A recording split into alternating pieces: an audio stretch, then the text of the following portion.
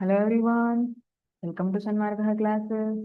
ಪರಮಾಣುವಿನ ರಚನೆ ಪಾಠದ 15ನೇ ಪ್ರಶ್ನೆ. Z ಇಸ್ ಈಕ್ವಲ್ ಟು 6 ಆದರೆ ಆ ಧಾತುವಿನ ವೇಲೆನ್ಸಿ ಅಂತ ಕೇಳಿದ್ದಾರೆ. Z ಅನ್ನುವಂಥದ್ದು ಏನನ್ನು ಸೂಚಿಸ್ತಾ ಇದೆ? ಇದು ಪರಮಾಣು ಸಂಖ್ಯೆ ಅಲ್ವಾ?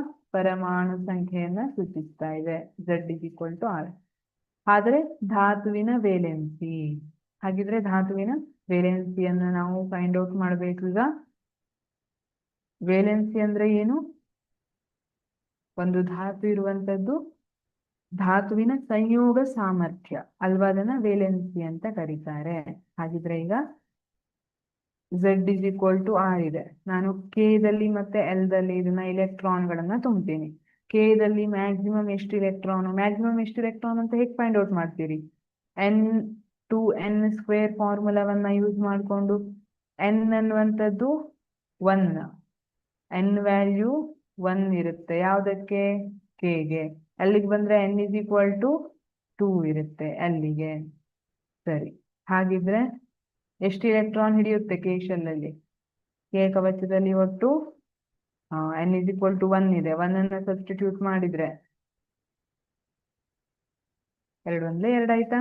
ಹಾಗಾಗಿ K ದಲ್ಲಿ ಒಟ್ಟು ಇಲೆಕ್ಟ್ರಾನ್ಗಳು 2 ಇಲೆಕ್ಟ್ರಾನ್ ಅನ್ನ ತುಂಬಿ. ಎಲ್ಲಲ್ಲಿ ಇದೇ ತರ ನೀವು ಮಾಡಿದ್ರೆ 8 ಇಲೆಕ್ಟ್ರಾನ್ಗಳು ಬರುತ್ತೆ. ಮಾಡಿ ನೋಡಿ.